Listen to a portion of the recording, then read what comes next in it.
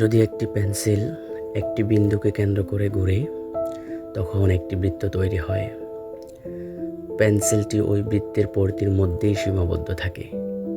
ওই বৃত্তের বাইরে যাওয়ার সুযোগ থাকে না পেন্সিলটার। তেমনি আমাদের শিক্ষা অর্জন যদি শুধুই একটি চাকরি অভিমুখী কিংবা অর্থ উপার্জন কেন্দ্রিক হয়, তবে কারো জীবন যদি শুধু কোনো নারীকে পাওয়ার উদ্দেশ্যেই হয়, তবে জীবন হয়ে পড়ে সেন্ট্রালাইজড, অর্থাৎ একটি কেন্দ্রের মাঝে সীমাবদ্ধ।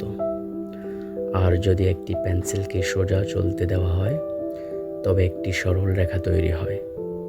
তেমনি আমাদের জীবনকে যদি আমরা কোনো একটি লক্ষ্যের মাঝে সীমাবদ্ধ না করে পথ চলতে পারি, জীবনের পথটা হয়ে পড়ে অনেক সহজ ও উপভোগ্য, যেমনটা ওই সোজা সরল রেখার মতো।